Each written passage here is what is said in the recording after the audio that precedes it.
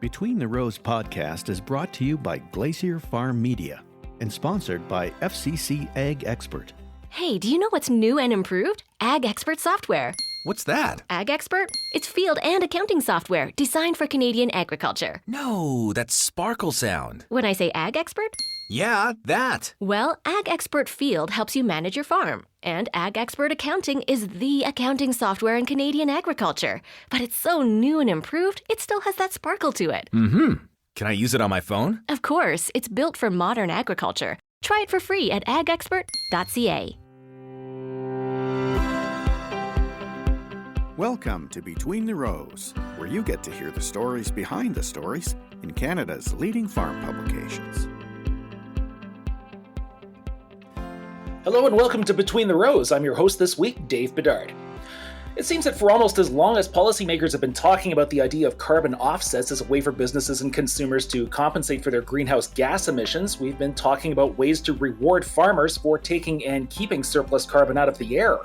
Carbon credit systems have certainly been proposed. I even remember some discussion over whether farmers could really claim to own that carbon or whether it became an issue of mineral rights once it was back in the ground. Anyway, once you count the price Ottawa has put on the carbon that farmers add back into the atmosphere, that is the new carbon tax, a carbon market for Canadian farmers seems to have yet to materialize, and now there's a chance that our U.S. neighbors could get way out ahead on that action. John Greek is the editor of FarmTerrio. He's been writing about whether farmers across Canada stand a chance at a payday for their carbon sequestration, and he's on the line. John, hi, and welcome back to Between the Rows. Thanks, Dave. Now, let's start with the principle behind carbon credits for those who might not remember. Clearly there are practices that allow farmers to legitimately say they're taking more carbon out of the air than they're putting in. Sure. The idea is that growing crops that create green matter will sequester carbon, because essentially they're taking carbon and they're growing carbon based on in some photosynthesis, of course, and then also pulling carbon from the air, especially through the use of carbon dioxide. And then the idea is eventually that carbon ends up in the ground, whether it's from the decomposition of the plant or the root system, and then farmers this is what they do, is essentially grow carbon, should get some credit for that, especially as you mentioned with the carbon tax, a lot of farmers are not all that excited that they're having to pay the tax when they believe they should also be getting a credit. Mm-hmm. Now, the practices that allow farmers to sequester carbon, they don't necessarily lead to the same results right across Canada, do they? No, and this is really the problem, then the challenge, I guess, with carbon credits is that it's a very imprecise science. It's when you deal with very complex biological systems in many different climates, and it's and under different production practices, it's very hard to make blanket statements.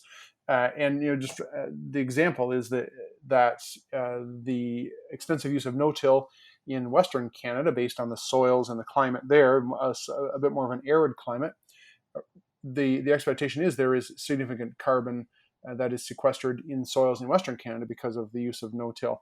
However, the research has shown in Ontario or in other more climates that are more moist, that no-till itself doesn't necessarily result in significant carbon sequestration. However, they do find that other practices in Ontario can do that, including a more extensive crop rotation and the use of cover crops. Mm-hmm. And in your feature in FarmTerrio, it sounds like the practicality of carbon sequestration itself isn't necessarily settled either. Yeah, that's the other real challenge is how do you measure the sequestration of carbon, and there's still significant debate over that. There's some companies that have tried to come up with methods and technology to do that, but there is really no good one rule yet on how to on how to measure it, and then the practicality of who measures that. At what point do you measure that? Does every farmer have to measure what? Have to measure each acre? Have to measure each 1,000 acres? And then how do you report that? So it could become a significant bureaucratic challenge. hmm And also, there's philosophically there's the idea that a carbon credit system, rewards farmers who are starting from low organic matter in their soils, for instance, while the farmers who've been showing their work all along and doing the and carrying out these practices that allow them to sequester this carbon, that they don't necessarily have as much to gain from a carbon credit system as those who were sort of relatively late to the game. That's correct, and I understand that that's the challenge in making the argument to government. Farmers who have been good carbon stewards for years, you actually stand to gain less, and those are the people that you want to reward. But government programs really are focused on and really have to show for justification uh, a rate of change. And so that's the issue. And then the farmers who do a good job, if they currently have degraded soils, and then they do a good job in 10 years, do they then just not get a credit because they've done a good job? So I think that's another practical and political challenge. hmm And all that aside, where you are in Ontario, there actually had been work underway not that long ago to create a carbon credit system that included agriculture. Now, what happened there? Yes, the when the previous Liberal government was in power, they created a cap and trade system for carbon credits, which is essentially like a carbon tax under a different structure. Right. When they were elected, when the Conservative government was elected, they got rid of the cap and trade system, and now in Ontario we are under the federal system, although the provincial government is working on something here.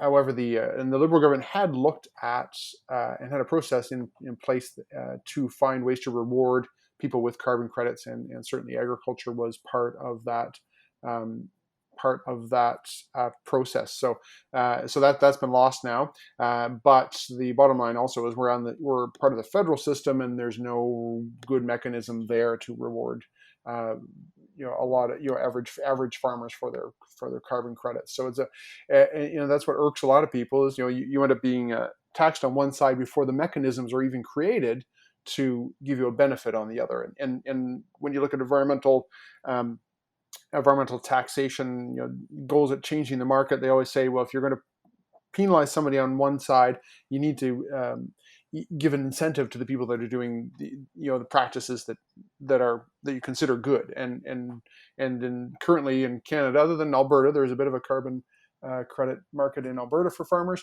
That really hasn't happened, and that's why you hear so much frustration from farmers. hmm Now, of course, there have been other models to reward broader sustainable farming practices that they have made some progress in Canada. The whole environmental goods and services principle, the ALUS ALUS, the alternative land use services model, rather than straight up carbon credits. Now, what's the difference there? And that's how a lot of the thinkers on this have come to believe this. That's how farmers can get some sort of benefit from this is for broader saying versus saying you've sequestered X amount of carbon per acre, which is I think is just really almost impossible to measure on a broad national scale.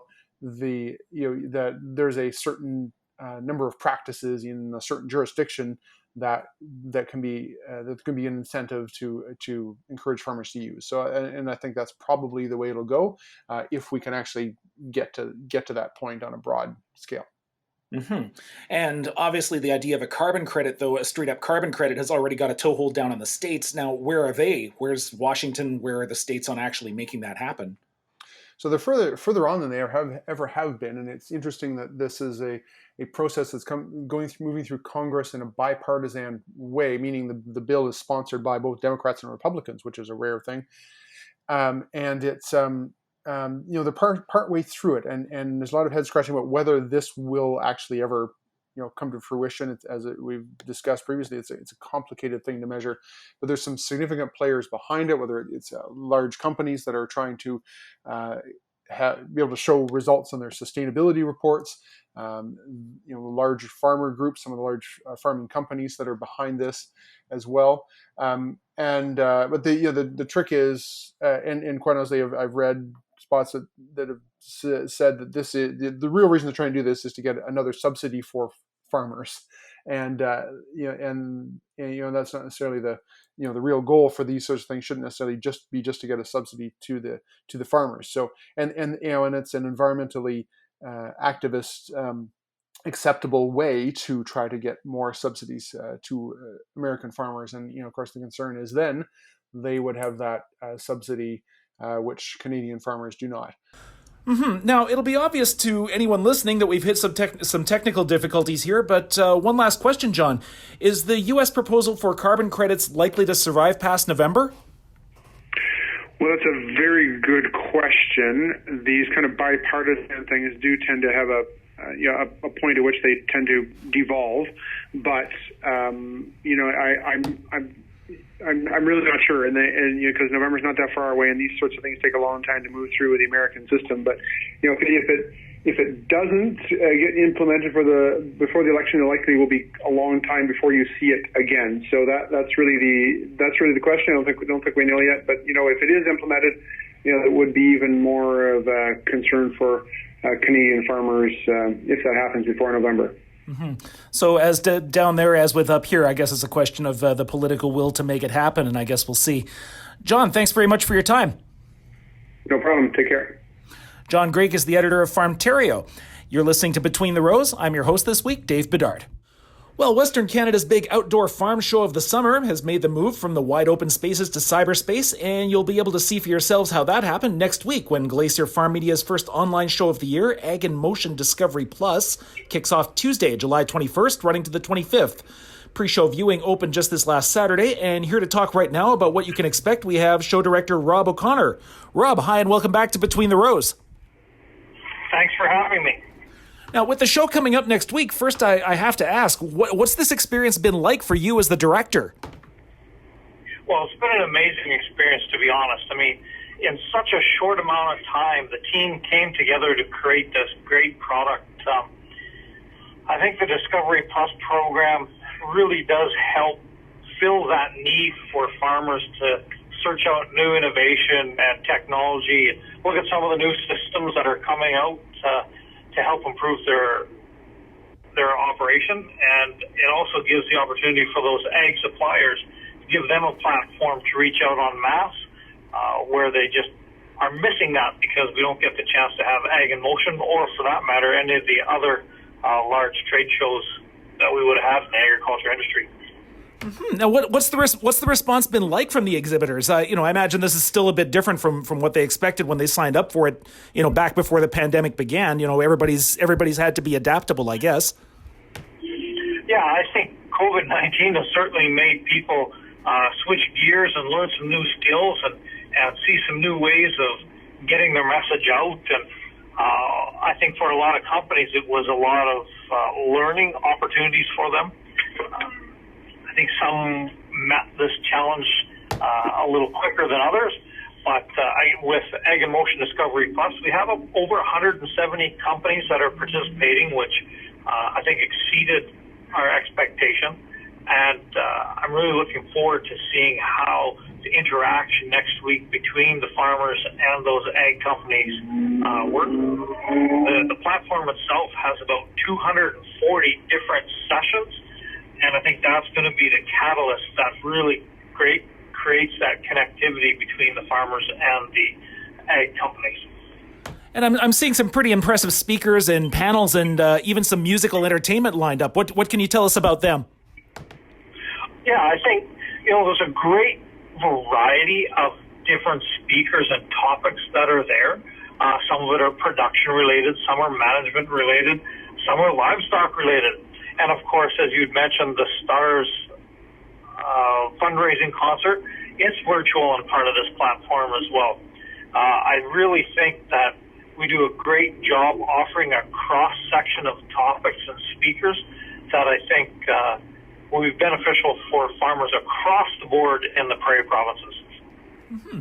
Now, I've got the website open on another window back here, and it looks like there's incentives for farmers not just to just sort of dip in and out, but to really get into the show and look around.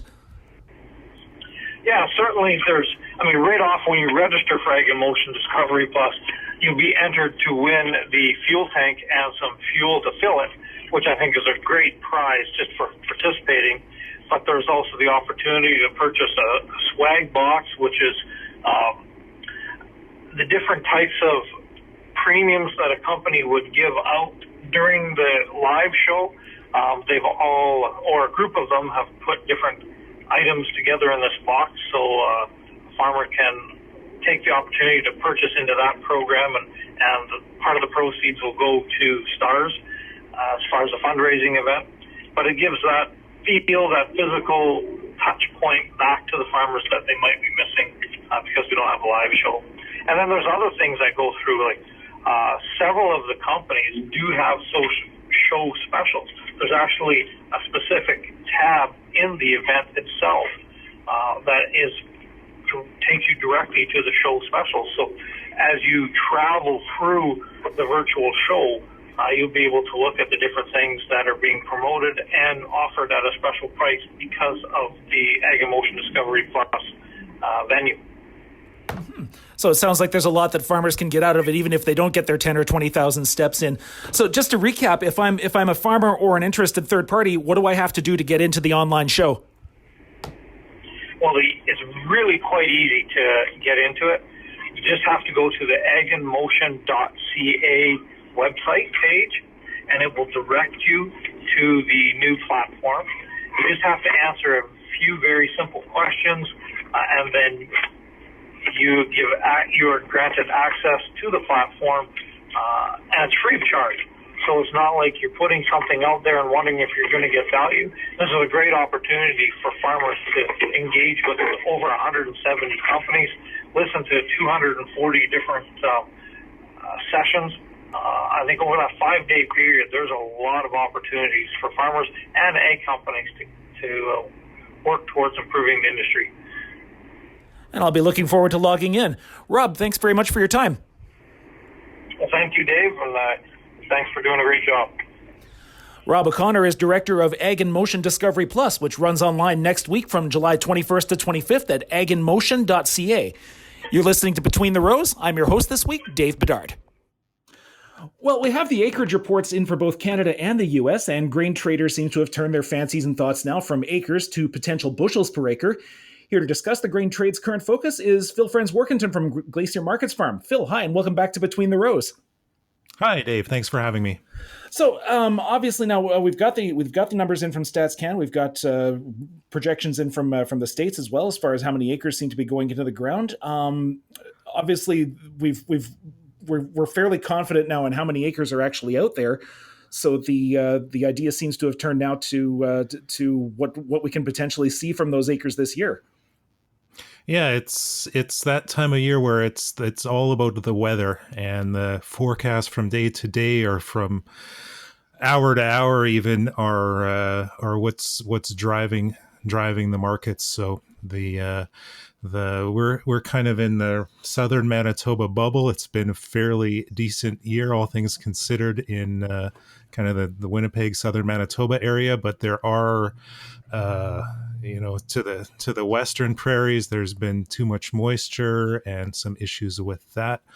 And in the States, it's been a generally decent as well, but they've had kind of ups and downs, and prices have some hot, dry weather recently gave a boost to prices, but now the forecasts are looking a bit wetter again. So rain makes grain, as they always say. So that's a depending on where the rains hit and whatnot, that's it's all about the weather and what that will mean for the crops going forward. Mm-hmm. Now, as far as the canola markets are concerned, you've got a combination then of the weather up here plus however the weather is affecting the soy markets down in the States. Is that right? Exactly. Yeah. So at the end of the day, canola's the small player, and our weather will have will have an effect on prices, definitely. But the soybean market is kind of the big player in the world oilseed markets, and what happens there will definitely influence the canola market as well. So what are the canola charts telling us right now?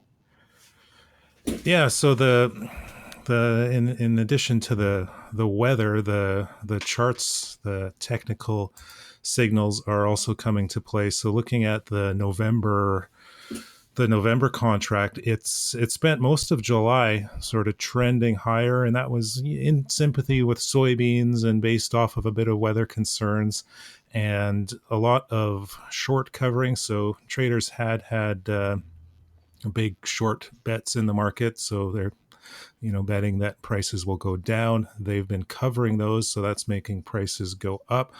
But looking at the charts, it's kind of run into resistance at the high end. The last week, the November was trading about $480 per ton, and that was kind of the first time since April that it kind of moved above that sort of psychological trend line resistance. Back yesterday, Monday, we're recording Tuesday, so Monday it fell right down and was below that mark again. But on next day, it's back up, kind of testing that resistance level, settling just a bit below 480 today. So that's kind of like a tipping point right now. Will it be able to break out and go higher? And then next targets are like 490, or could 500 is much farther away. 485, 490 is a bigger test, but it's kind of at that tipping point now. Will it break higher, or if it drops down, it's got $10, $20 to the downside in the kind of 465-ish area. Mm-hmm. But nobody's made any bets yet on whether it's going to punch through that ceiling. No, because it's it's the middle of July, and people are there's fewer people in the markets. They're there, but people are it is a bit quieter time with less participation, but at the same time, it's the weather will shift from day to day, and that the kind of big spec money is kind of watching for flows there. Mm-hmm. And that'll tip it one way or the other, I suppose. Mm-hmm. That's what it'll take, a weather event to tip it. Yeah. And I can't let you go without discussing wheat first. There's obviously been some action in the markets there, just not so much necessarily with what's been happening with wheat in Canada or even the States, but certainly in other wheat exporting markets overseas, we're seeing some lively weather conditions there that are cause for concern. Yeah, the Europe, Black Sea, Russia area.